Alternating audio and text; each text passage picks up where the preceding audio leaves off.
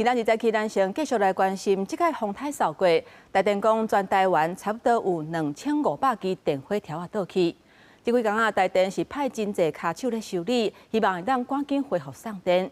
不过昨天下晡伫咧嘉义义德有一个姓李台电的人员，伫修理的时阵说是无细字，去互高压电电到，当场怎无喘气、无心跳，目前还阁伫咧加护病房。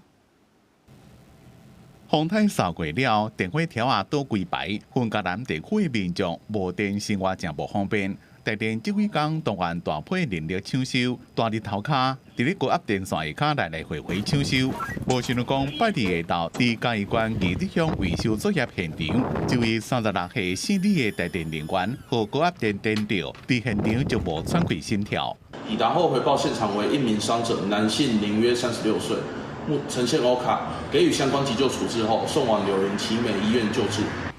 台电的工程车停伫咧急诊室外口，将在台电的员工也关来边，希望当初无代志。除了台电董事长詹文生来看，行政院长杜英泰也发文表达唔甘。怎么吉米边的医护团队也伫咧全力抢救。 那经过本院急诊团队全力抢救之后，目前心脏功能有部分恢复，那已经装上叶克膜在做积极救治。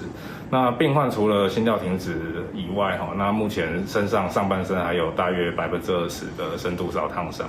路检单位也正伫咧调查意外是安怎发生的，怎么姓李的台电人员也搁伫咧加护病房观察。叶老爸希望大家能提起集气加油祈祷，挺过这边的难关。台电讲。